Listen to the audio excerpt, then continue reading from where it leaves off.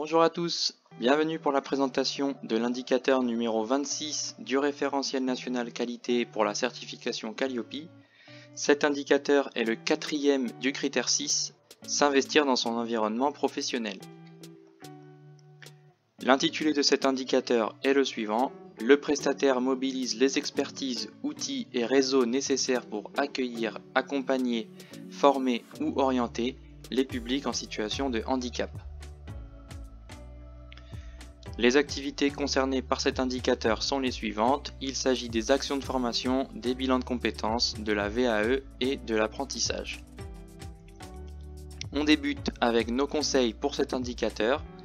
Donc pour être en conformité, vous devrez présenter les mesures que vous mettez en œuvre pour l'accueil du public en situation de handicap.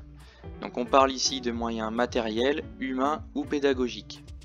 Toutefois, si vous ne pouvez pas accueillir de personnes en situation de handicap car vos moyens matériels ou humains ne vous le permettent pas, vous pouvez vous faire connaître des organismes qui peuvent accueillir ce type de public et ainsi vous constituer un réseau de partenaires et de professionnels vers qui orienter ce type de public en cas de besoin. On poursuit avec les pièges à éviter et les non-conformités. Le niveau attendu pour cet indicateur sera de démontrer la mise en place d'un réseau de partenaires, experts ou acteurs du champ du handicap et mobilisables par les personnels. Dans le cas d'accueil de personnes en situation de handicap, précisez les mesures spécifiques mises en œuvre. Donc ici, on a deux situations.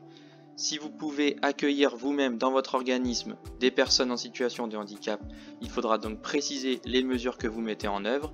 Sinon, il faudra démontrer la mise en place d'un réseau de partenaires et d'experts vers qui orienter ce type de public.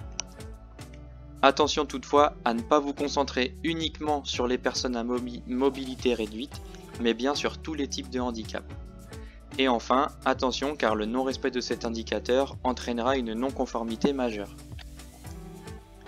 On termine avec les points clés à retenir. Il faudra donc prouver que vous êtes en mesure d'accueillir ou d'orienter des personnes en situation de handicap selon vos possibilités. Et il faudra également veiller à prendre en compte tous les types de handicap et trouver des structures correspondantes pour pouvoir orienter au mieux ce public en cas de besoin.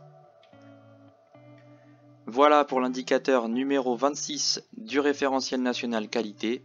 On se retrouve pour la suite dans la prochaine vidéo. À très vite!